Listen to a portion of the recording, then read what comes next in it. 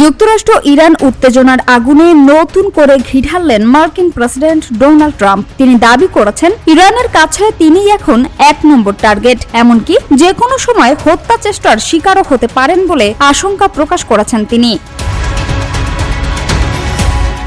NATO সম্মেলন শেষে সাংবাদিকদের সঙ্গে কথা বলতে গিয়ে ট্রাম্প বলেন, ইরানের শীর্ষ পর্যায়ের একাধিক নেতা আর জীবিত নেই। তার ভাষায়, প্রথম সারির নেতৃত্ব শেষ, দ্বিতীয় সারিরও শেষ, এখন তৃতীয় সারির নেতারা দায়িত্বে আছেন। তবে তাদেরও ভবিষ্যৎ নিয়ে ইঙ্গিতপূর্ণ মন্তব্য করেন তিনি। একই সঙ্গে ইরানি নেতাদের নিকৃষ্ট আখ্যা দিয়ে বলেন, দেশের স্বার্থে কাজ করায় তিনিই এখন তেহরানের প্রধান লক্ষ্যবস্তু।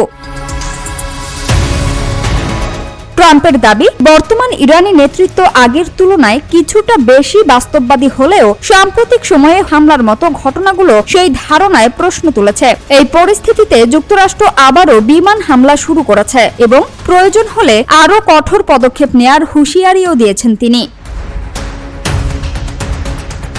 এদিকে ২০১৯ সালে কাসেম সোলাইমানি নিহত হওয়ার পর থেকেই ট্রাম্পকে লক্ষ্য করে ইরানের প্রতিশোধ পরায়ণ পরিকল্পনার অভিযোগ বহুবার সামনে এসেছে।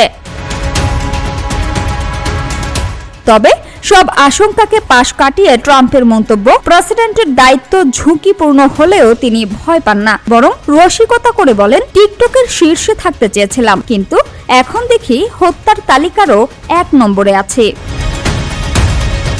সামিয়া সুলতানা, ঢাকা ওয়াচ।